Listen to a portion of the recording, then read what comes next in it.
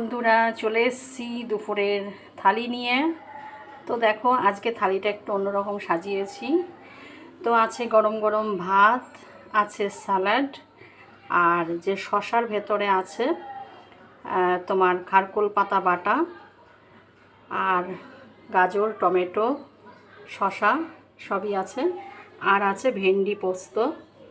দেখো, ওই যে ওপরে আছে ভেন্ডি পোস্ত, আছে দুই সাইডে বেগুন ভাজা, আর তার উপরে আছে পেঁয়াজ, আর দেব ডাল,